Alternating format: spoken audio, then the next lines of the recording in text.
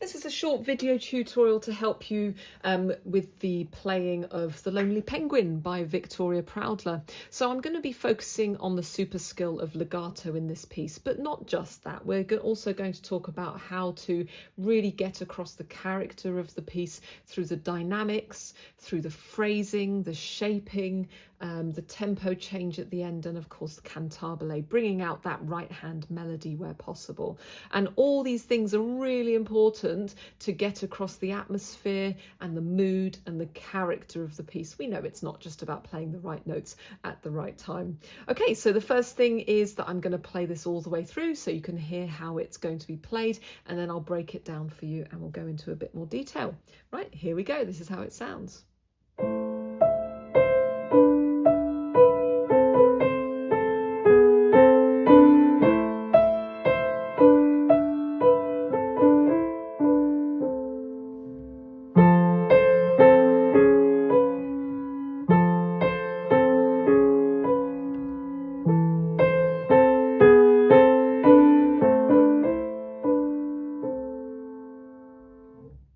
Okay, so first things first, let's talk about dynamics. We've got quite a wide range. We've got piano at the beginning and at the end. We've then got mezzo piano on line 2 and at the start of line 4. We've got mezzo forte at the start of line 3, and we've also got some crescendos and diminuendos. So it's really important to try and put these in when you're playing. Let's talk about the legato, and this is where practicing hands separately will really help, and practicing slowly as well, so you can really focus on what your fingers are doing, what your wrist is doing, where the weight is coming from, and that will help the shaping as well. So I'm just going to play the right hand for you of line 1.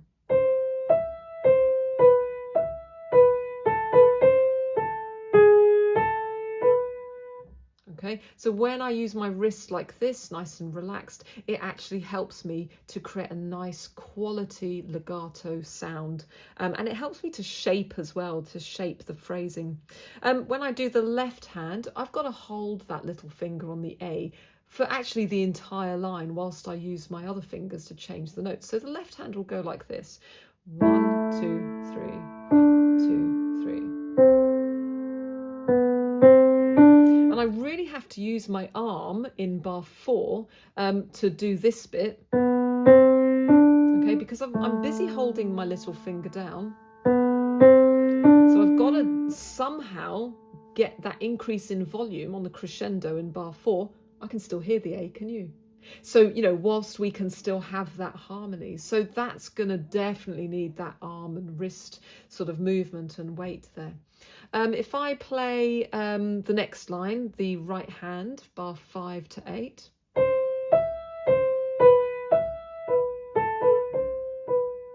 So I'm getting quieter, but I'm still using my wrist. The other thing, I don't know if you're noticing, but as I do da da da da da da, if I shape it in that way, ba da da da da da, it makes it sound kind of more sad, more melancholy, to almost make the first beat of each of those bars louder, da da, rather than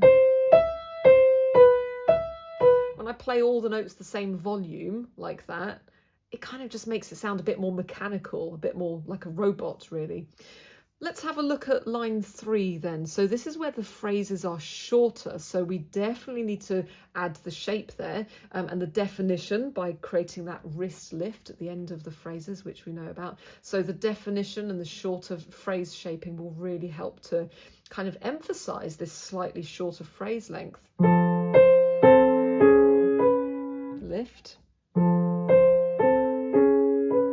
lift. Now both of those bars, bar 9 into bar 10 and then bar 11 into bar 12, they're the same, aren't they? Don't just play them exactly the same though. It's almost like an echo. So see if there's a way that you can vary perhaps the dynamics. Maybe the first phrase, bar 9 to 10, is louder and the second phrase is quieter. Making it interesting in that way is another way to make the expression really effective. So I'll do that again just to show you. So I'll do the first phrase louder, the second phrase a bit quieter.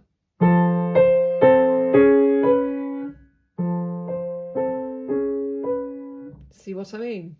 Let's move on to the last line then. So this is back to our nice long phrase, but what we've got at the end is a really sort of gradual slowing down. It's not a sudden slowing down at bar 15, but you've gradually got to slow the pace of your crotchets incrementally, evenly as you go through towards the end from bar 15 into bar 16. So if I just play that last line to you, I'll show you what I mean.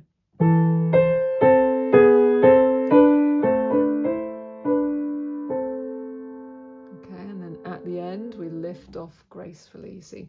Okay, so if I suddenly slowed down, it would sound out of character. I'll show you what not to do. Do